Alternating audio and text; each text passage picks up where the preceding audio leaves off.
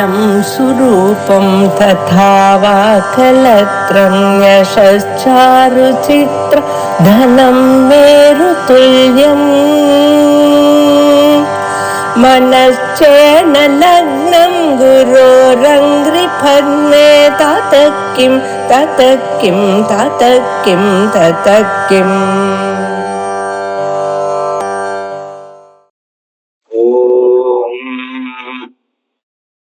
श्रीगुरुभ्यो नमः। हरिः ओम। सदाशिवसमारम्भाम् शङ्कराचार्यमध्यमाम् अस्मदाचार्यपर्यन्ताम् वन्दे गुरुपरम्पराम्।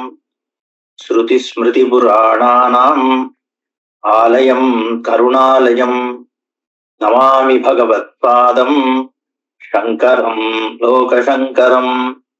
शङ्करम् शङ्कराचार्यम् केशवम् बादरायणम्। सूत्रभाष्यकृतौ वन्दे भगवन्तौ पुनः पुनः। ईश्वरो गुरुरात्मेति मूर्तिभेदविभागिने व्योमवद्व्याप्तदेहाय दक्षिणामूर्तये नमः। गुकारस्वन्धकारो वै ऋकारस्तन्निवर्तकः अन्धकारनिरोधित्वात् गुरुरित्यभिधीयते।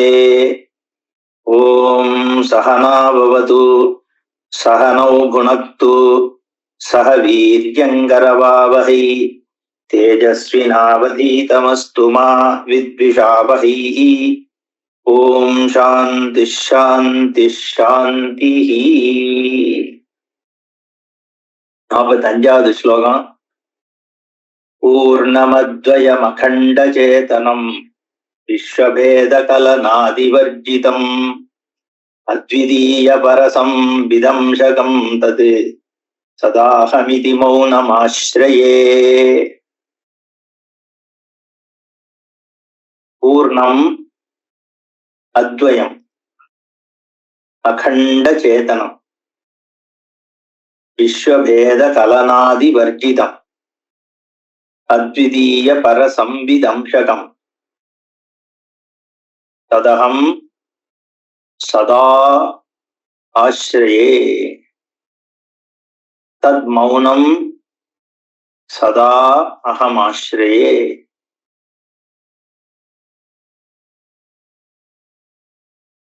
பூர்ணம்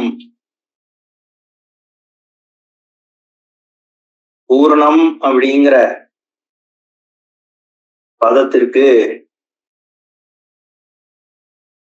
நிறைந்தது அப்படின்னு அர்த்தம். பூரிதா நிறைகின்ற வஸ்து, எல்லாத்தையும் நிறைஞ்சி இருக்கிறது. அதனாலதான் கொழக்கட்டையில கூட பூர்ணம்னு சொல்றது, நிரம்பி இருக்கிறது. அதனாலதான் விக்னேஸ்வரர் பூர்ணஸ்வரூபம், ஓங்கார ஸ்வரூபம். நிறைஞ்சி இருக்கிறதுனா எதை போய் நிறையறது? இது நிறைகின்ற பொருள், நிறையப்படுகின்ற பொருள்னு ரெண்டு இருந்தாதான் ஒண்ணு இன்னொன்னுத்த நிறையறதுன்னு சொல்ல முடியும். கொழக்கட்டையில மேல இருக்கக்கூடிய மாவு இருக்கு, அதுக்குள்ள பூரணம் இருக்கு. அதுக்கு மோதகம்னு பெயர். சந்தோஷத்தை கொடுக்கக்கூடியது. முதா மோத, மோதம்னா சந்தோஷம்.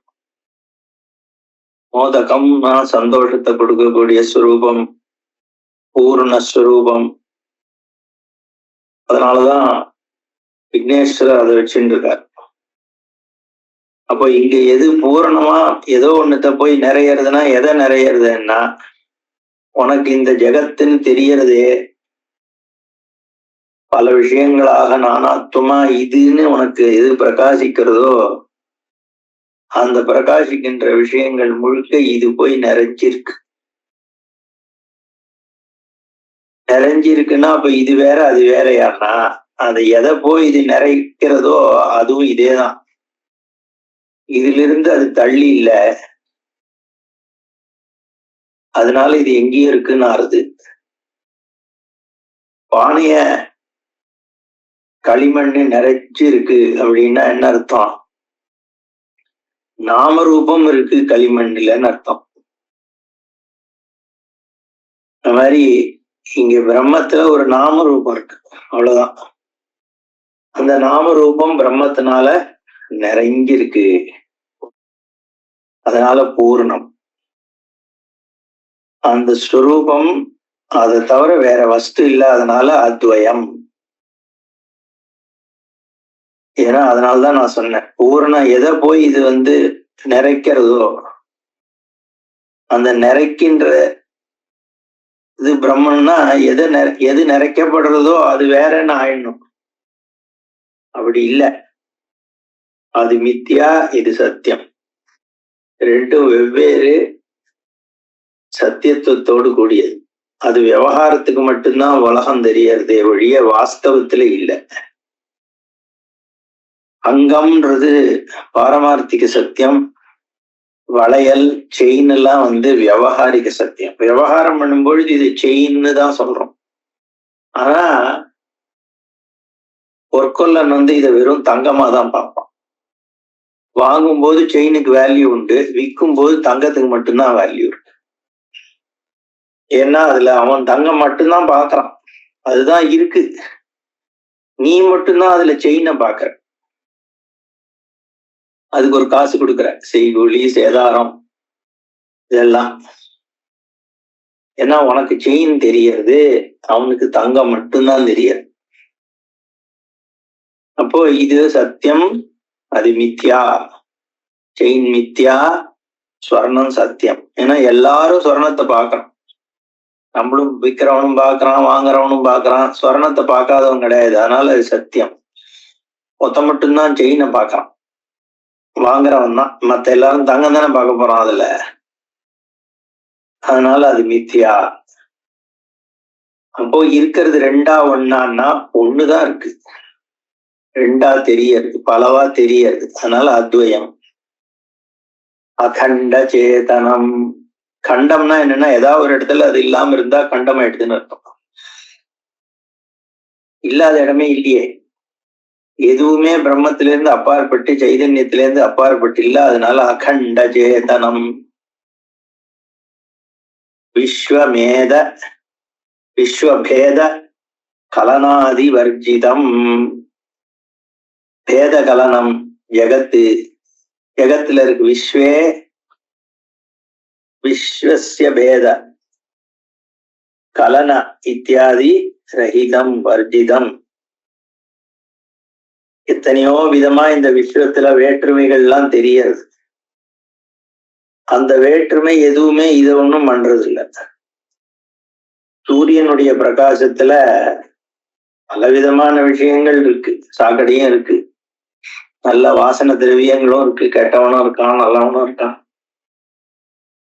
அந்த வேற்றுமை எல்லாம் நமக்கு எப்படி தெரியறதுன்னா சூரிய ஒளியில தான் தெரியறது. ஆனா அந்த வேற்றுமைக்கும் சூரியனுக்கும் ஒரு சம்பந்தமும் இல்லை.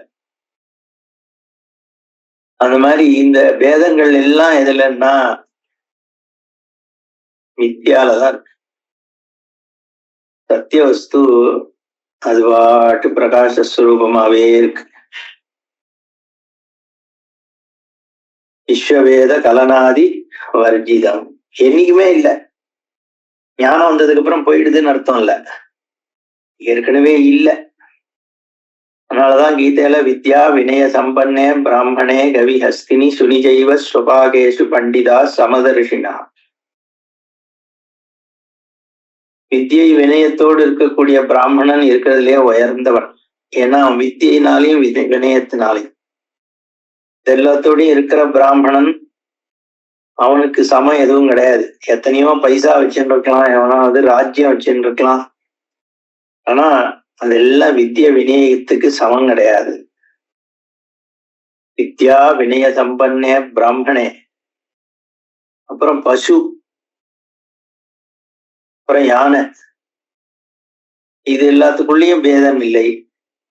சுனி செய்வ ஸ்வபாகேஷை, நாயை சாப்பிடுறவன், ரொம்ப அதமமாக நம்ம சமுதாயம் பார்க்கக்கூடியவர்கள்,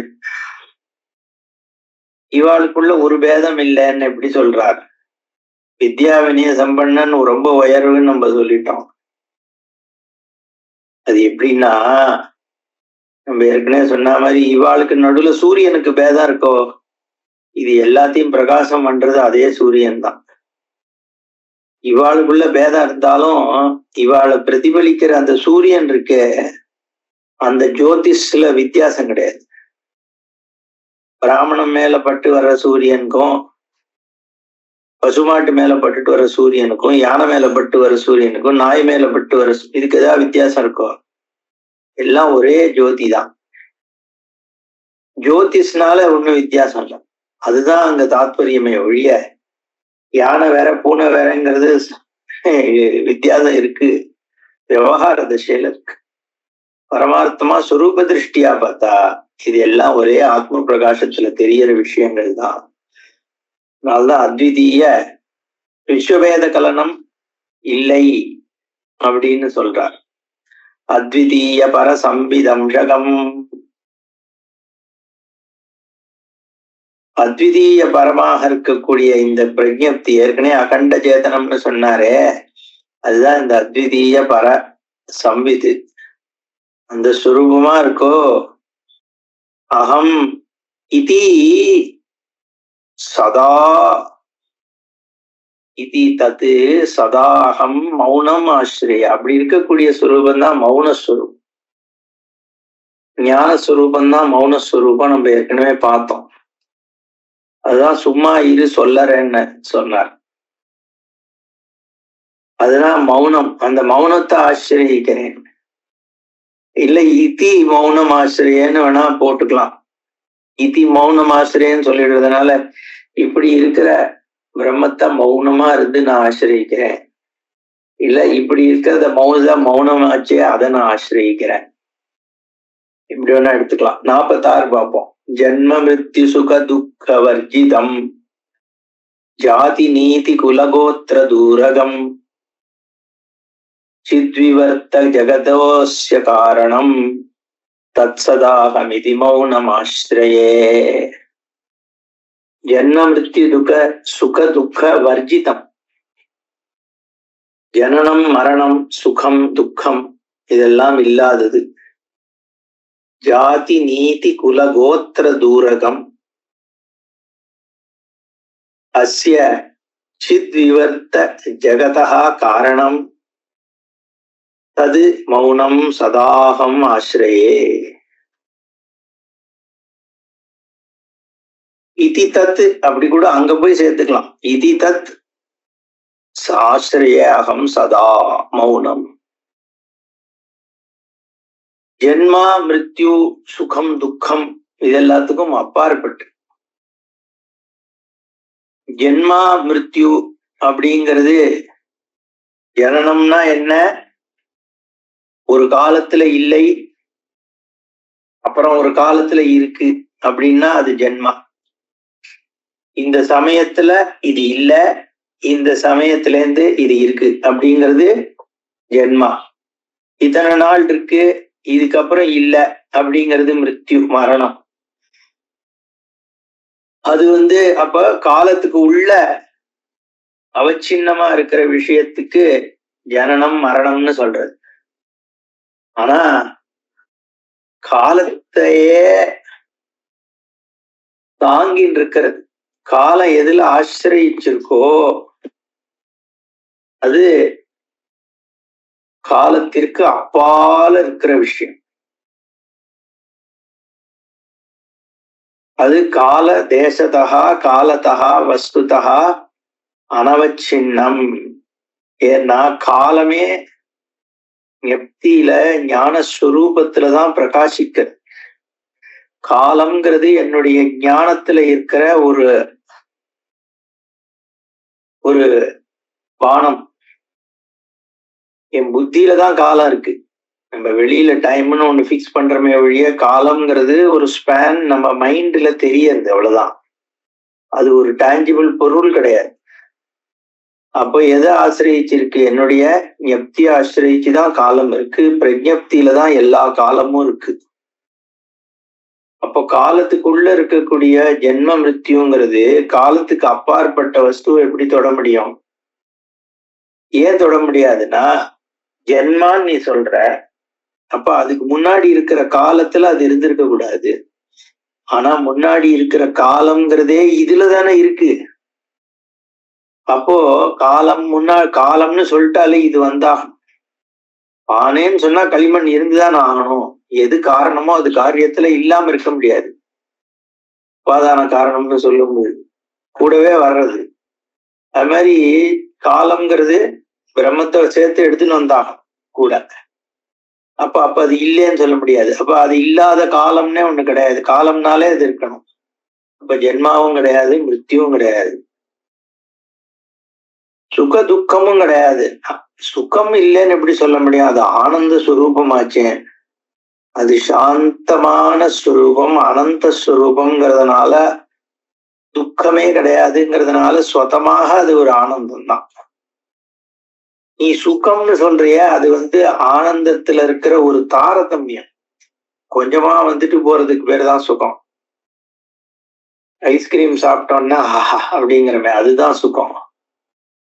அதே ஐஸ்கிரீம்ல ஒரு நடுவுல கல் வந்துடுதுன்னா அந்த சுகம் இன்னும் கம்மியான சுகமா போயிடுது. அண்ட் பிடிக்காத பிளேவர் ஐஸ்கிரீம் கொடுத்தான்னா அதுவும் சுகம் கம்மியாயிடுது. இதெல்லாம் என்ன தாரதமிய சுகம். அது சொரூப ஆனந்தத்துக்கு சமம் கிடையாது. அந்த மாதிரி சுகம்லாம் இதுல கிடையாது. அதனால ஜென்ம மிருத்யு சுக துக்க வர்ஜிதம். அதுவும் மௌனம்தான் பிரம்மா. அதனாலதான் சாந்தமா இருக்குது. அலையே இல்லாத சமுத்திரம், பூர்ணம் ஆனா அச்சஞ்சலம். ஜாதி நீதி குல கோத்திர தூரகம். ஜாதி கிளாசிஃபையே பண்ண முடியாது பிரம்மத்தை. மாடுங்கிறது ஒரு ஜாதி, ஆடுங்கிறது ஒரு ஜாதி, மாமரம்ங்கிறது ஒரு ஜாதி, அல்போன்சா மாமரங்கள்ன்றது ஒரு ஜாதி. ஜாதினா ஒரு குரூப், கிளாசிபிகேஷன். நம்ம ஜாதினா வன்னியரு படையாச்சின்னு சொல்லிட்டு இருக்கோம். அது இல்ல, அதுவும் ஒரு கிளாசிபிகேஷன்ற பெயர்னால அது ஜாதி. ஜாதிங்கிறத நம்ம ரொம்ப மிஸ்யூஸ்டு வேர்டு. இந்த தொழில் பண்ணி கொண்டிருக்கிற ஒரு குரூப். இப்ப டாக்டர்னா அது ஒரு ஜாதி தான். ஆக்சுவலி டெய்லருங்கிறது ஒரு ஜாதி. டெய்லர்ன்றதே ஜாதி ஆக்கிட்டீங்களான்னு அப்படி தமிழ்ல ஒரு நெகட்டிவ் கனோட்டேஷன்ல பேசுறோம் நம்ம. அந்த ஜாதின்னா அப்படி கிடையாது, பிறப்பால் ஆன அந்த மாதிரி. ஜாதின்னா கிளாசிபிகேஷன், அவ்வளவுதான். திஸ் டைப் ஆஃப் குரூப், இந்த குரூப்புக்கு ஜாதி. நீதி இதுதான் இப்படிதான் நடக்கிறது, இப்படி நடக்க கூடாதுங்கிறது நீதி நயனம். அப்புறம் குல, இந்த குலத்துல இருக்கு. அப்புறம் இந்த கோத்திரம் அப்படின்லாம் சொல்றோம். இவரிலிருந்து உற்பத்தியானவர் அப்படின்லாம் ஒண்ணுமே சொல்ல முடியாது. ஏன்னா ஒரே வஸ்து தான் சர்வ வியாபியா இருக்கு. அதை எந்த குரூப்ல கிளாசிஃபை பண்ணுவேன்? அதனால ஜாதியாவது நீதியாவது. குலம்னா ஒண்ணுத்துல இருந்து ஒண்ணு பிறந்தான், ஜென்மாவே கிடையாதுங்கிறோம். அப்புறம் ஏது குலம்? அதனாலதான் பரமேஸ்வரனை அகுலஹா அகுலீனஹான்னு ஸ்கந்தபுராணமே திட்டுறான் தக்ஷ பிரஜாபதி. குலம் இல்லையேப்பா அவனுக்கு, உன போய் கல்யாணம் பண்ணி வச்சனே என் பொண்ணு. அதுக்கு தாத்பரியம் இதுதான். குலம் ஏது? பிறப்பில்லாத ஒரு வஸ்துக்கு ஏது குலம், ஏது கோத்திரம், ஏது அப்பா அம்மா? பரமேஸ்வரனுக்கு அப்பா அம்மா கிடையாது. பெற்ற தந்தை தாய் இருந்தால் உலகத்தில் உமக்கு இந்த தாழ்வு எல்லாம் வருமோ ஐயான்னு பாடுறோமே. ஏன்னா எங்க இது பிறக்கிறது? சர்வாதாரம் எதுல பிறக்கும்? அதனால கோத்திரமும் கிடையாது. அப்ப சித்வர்த்த ஜெகதா, சித் விவர்த்த ஜெகதா காரணம். விவர்த்தமான ஒரு காரணம், தன்னை மாத்திக்காம. அதுக்கு அதான் தடஸ்த லட்சணம். காரணம்னு சொல்லும் பொழுது லட்சணம், அதாவது என்ன? தடஸ்த லட்சணம்னு சொல்றது. சத்தியம் ஞானம் அனந்தம் சொன்னா சொரூப லட்சணம். ஜெகத்காரணம் சொன்னா தடஸ்த லட்சணம். அதுல மேல இருக்கிறத நீங்க விட்டுட்டு எது அடியில அதை தாங்குதுன்னு பார்க்கணும். இதனால விவர்த்தமாக உத்பவமாயிருக்கிற இந்த ஜெகத் காரியம் இருக்கே, அதனுடைய காரணமா இருக்கிறது எதுவோ அதுவே எதுன்னா அதான் மௌனம். அதை நான் சதா ஆசிரியக்கிறேன்னா என்ன அர்த்தம்? சதா அந்த நிஷ்டையிலேயே இருக்கேன். நீ அதுல ஆசிரித்தமாதான் எப்பவுமே இருக்க, தெரிஞ்சும் தெரியாமலும். இப்படி சில ஸ்லோகங்கள் மௌனத்தை பத்தி சொல்லித்து. அடுத்ததாக 47 உலூகஸ்ய யதா பானௌ அந்தகார பிரதீயதே ஸ்வப்ரகாஷே பரானந்தே தமோ மூடஸ்ய பாசதே. யதா பானௌ உலூகஸ்ய அந்தகாரः பிரதீயதே பரானந்தே ஸ்வப்ரகாஷே மூடஸ்ய தமஹ பாசதே. ஆனா ஏன்பா யாருக்கும் இது நீ சொல்ற இதெல்லாம் பிரம்மன்ற அதுங்கிற இதுங்கிற சப்பிரகாசங்கிற ஸ்வயமா பிரகாசிக்கிறதுங்கிற என்னன்னோ சொல்றேன் நீங்க, ஆனா எல்லாருக்கும் அது தெரிய மாட்டேன்றதே அப்படின்னா அதுக்கு ஒரு திருஷ்டாந்தம் சொல்றார். பானவ் சூரியன்ட்ட, பானுனா சூரியன், யதா உலூகஸ்ய கோட்டான் இருக்கோ இல்லையோ, உலூகம் அவுலு, அவுலுங்கிறது உலூக்கம்ல இருந்து வந்தது. அதுக்கு இருட்டு தான் தெரியும். அந்தகாரா பிரதீயதே, சூரியன் பிரகாசிக்கும் போது ஆந்தைக்கு இருட்டு தெரியும்.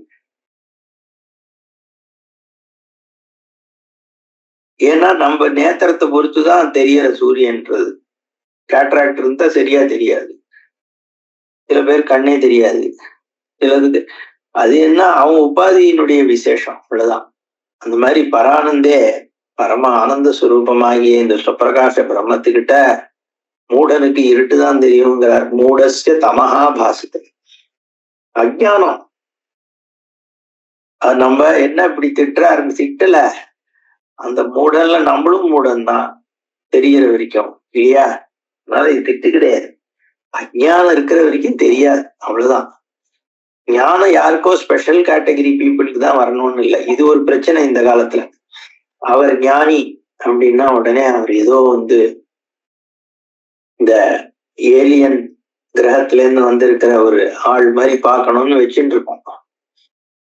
சாதாரணமா சட்டையை பேண்டையும் போட்டு ரோட்ல நடந்து போனா இவன் எப்படி ஞானியா இருக்க முடியும்? ஞானின்னா பிரம்ம ஞானின்னா அது சதாசிவ பிரம்மேந்திராள் மாதிரி ஏதோ ஒருத்தர், உண்மைதான், ஏதோ ஒருத்தர் தான். ஆச்சரியவத் பஷ்யதி கஷ்டிதி ஏனம் ஆச்சரியவத் வததி ததைவ ஜான்யகான்னு சொல்றது.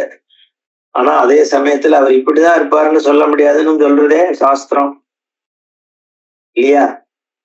அர்ஜுனன் கேட்கிறான் எப்படி இருப்பார் ஞானின்னு கேட்கிறான். பகவான் என்ன சொல்றார்? என்ன ஏயஸ்ஸ நித்திய சந்நியாசி யோனத்வேஷ்டின காங்ஷதி, அவ்வளவுதான்.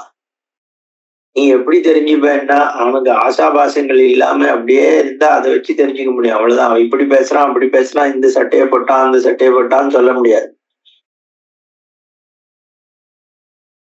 அதனால ஞானிய நம்ம அப்படி சாமான்யமா எடை போட முடியாது. ஆனா அந்த ஒரு மிஸ்டிக் எலிமெண்ட் வந்துடுச்சு. அதுக்காக சொன்னேன் 48க்கு விடும். யதா திருஷ்டி நிரோதார்த்தா சூரியோ நாஸ்தி மன்யதே ததா அஜ்ஞானாவிருதோ தேஹி பிரம்மநாஸ்தி மன்யதே.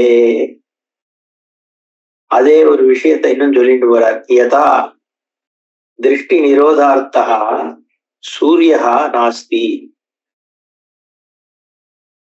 இதி மன்யதே. திருஷ்டி நிரோதார்த்தா சூரியஹ நாஸ்தி இதி மன்யதே ததா அஜ்ஞானவிருத்தா தேஹி பிரம்ம நாஸ்தி இதி மன்யதே. அவ்வளவுதான். எல்லாருக்கும் அஜ்ஞானம் இருக்கு, எல்லாரும் ஒரு நாள்ல ஞானி ஆயிடலாம். இது ஒன்னும் இவர் தான் ஆனும் அவர் தான் ஆனும், இப்படி சட்டை போட்டவர் தான் ஆனும், அவள் தின்னாதான் ஆக முடியும் அப்படிலாம் ஒண்ணும் கிடையாது. ஆத்ம என்ன கேட்கிறார்? சாதன சதுஷ்டியம் இருக்கணும், விவேக வைராக்கியம் இருக்கணும், முமுட்சுத்துவம் இருக்கணும், சமாதி சம்பத்தி இருக்கணும், அவ்வளவுதானே. இருந்தா சரியான குருட்டு போகணும். அது ரொம்ப, அதனாலதான் ஈஸ்வர அனுகிரகம். அதனாலதான் ஆச்சரியவத் பஷ்யதி கஷ்டிதுன்னு யாரோ ஒருத்தர் தான் பாக்குறான்னா இதெல்லாம் அமையறது கஷ்டம் ஒருத்தருக்கு. சரியான குரு கிடைக்கணுமே, அவர் சரியா சொல்லக்கூடிய ஒரு குருவா இருக்கணும், அவருக்கும் ஞானம் இருக்கணும், அந்த ஞானத்தை சாஸ்திர வழியா அவர் தெரிஞ்சுட்டு இருக்கணும், அந்த சாஸ்திரத்தை அடுத்த வாழ்க்கை சொல்லி கொடுக்குற சாமர்த்தியம் இருக்கணும். இந்த மாதிரி அவருடைய அதுதான் பிரமாணத்துல இருக்கக்கூடிய பாதைகள் அப்பதான் போகும். பிரமேய வஸ்துல ஒரு பிரச்சனை இல்லை, பிரமேயம் பிரம்ம அது ஒன்றும் எல்லாருக்கும் இருக்கு, அது கிடைக்கிறது. இந்த பிரமாணத்துல என்ன பிரச்சனைனா, உன்னுடைய அந்தகரணத்துல பிரச்சனை இருக்கலாம், உன்னுடைய ஸ்ரத்தையில பிரச்சனை இருக்கலாம், விவேக வைராக்கியம் இல்லாம இருக்கலாம். இதெல்லாம் போக நல்ல குருட்ட உனக்கு ஸ்ரத்தா வரணும், அந்த குரு சமர்த்தரா இருக்கணும். அப்படி இருந்தாதான், அதனால்தான் ஆச்சரியவத் வததி ததைவ ஜான்யா, சொல்லப்படாதுங்கிறது இல்ல, சொல்ல தெரியாம இருக்கும். ஏன்னா அவருக்கு ஞானம் வந்திருக்கனாலும் அவர் சாஸ்திரத்தை கையாள முடியணும், ஆஷா ஞானம் இருக்கணும், அதை நமக்கு எக்ஸ்பிரஸ் பண்ணக்கூடிய கெப்பாசிட்டி இருக்கணும். இதெல்லாம் சேர்ந்து வரும்பொழுதுதான் ஞானம் அடையும். அதனால இங்க யதா திருஷ்டி நிரோதார்த்தா, திருஷ்டி நிரோதம்னா கண்ணு பார்வையில பிரச்சனை இருக்கிறவன் இருக்கானே, அவனுக்கு சூரியா நாஸ்தி இது மன்னியது, அவன் சூரியன் ஒண்ணு இல்லைன்னு தான் நினைப்பான். பார்த்ததே இல்லை சூரியன் என்ன, அப்புறம் அவனுக்கு எப்படி தெரியும்? சப்தங்கள்லாம் காதுல கேட்கும், இங்க ஏதோ ஹீட் வருதுன்னு தெரியும். சூரியன் ஒண்ணு இருக்கு நேத்திரம் இல்லாதவனுக்கு எப்படி தெரியும்? அந்த மாதிரி அஜ்ஞானாவிருத்தா, அஜ்ஞானத்தினால மூடப்பட்டிருக்கிறவன் இருக்கானே அந்த தேகி, அந்த ஜீவன் பிரம்ம நாஸ்தி இது மன்னியத்தை, பிரம்மன்லாம் ஒண்ணும் கிடையாது, எல்லாம் இந்த உடம்பு, அதான் சாப்பாடு, அதான் இருக்கு, எல்லாம் சும்மா என்னத்தையோ வேலை கல்பனை பண்ணிட்டு இருக்கான்னு தோணும். சுபாவம் தானே. அதனால அவன்கிட்ட போய் என்ன பண்ண முடியும்? பாஷ்யத்துல ஒரு இடத்துல மாண்டவிகத்துல காரிகையில பாஷ்யம் பண்ணும் பொழுது ஆச்சாரியால் சொல்றார், யானை மேல ஒருத்தன் உட்கார்ந்து இருக்கான், கீழே ஒருத்தன் ஒரு உண்மத்தை நின்னுண்டு நானும் யானையில தான் இருக்கேன், என் மேல யானையை விடுன்னான்டா. இந்த மேல உட்கார்ந்து இருக்கான், யானையை கொண்டு போய் அவன் மேல விடுவானோ? அவன் மாட்டான். ஏன்னா இவனுக்கு தெரியும் அவன் என்ன நிலையில இருக்கான், ஏன்னா இவன் ஏற்கனவே மேல இருக்கான். அப்போ அவன் ஏதோ சொல்றான் பாவம் சொல்லிட்டு போட்டோன்னு ஒரு கருணையோடு தள்ளி போயிடுவான் இல்லையா? அந்த மாதிரிதான் ஞானியினுடைய நிலைமை. ஒருத்தனை இன்னொருத்தனுக்கு தெரியாதவன்ட்டு அவனா கேட்டான்னா சொல்லி கொடுக்க முடியும். இல்ல அவன் நீ ஒண்ணும் கிடையாது, நீ பைத்தியக்காரன்னு திட்டான்னா நம்ம சரி சரி அவன் ஒரு நிலையில இருந்து அதை திட்டான், அவன்கிட்ட போய் என் சண்டை வச்சுப்பானேன்னு போயிட்டு இருக்க போறான். ஏன்னா இவருடைய திருஷ்டி, ஞானியினுடைய திருஷ்டி பூர்ணஸ்வரூபத்தை பாக்குறாருங்கிற பொழுது அஜ்ஞானியை பத்தி தப்பா எடுத்துக்கிறதுக்கு ஒண்ணும் இல்லையே. 49வது ஸ்லோகம், யதா அமிர்தம் விஷாத் பின்னம் விஷதோஷைர் ந லிப்யதே ந ஸ்பிருஷாமி ஜடாத் பின்னஹ ஜடதோஷான் பிரகாஷயன்னே. யதா அமிர்தம் விஷாத் பின்னம் விஷதோஷைஹி ந லிப்யதே ஜடாத் பின்னஹ ஜடதோஷான் பிரகாஷயன்னே ந ஸ்பிருஷாமி.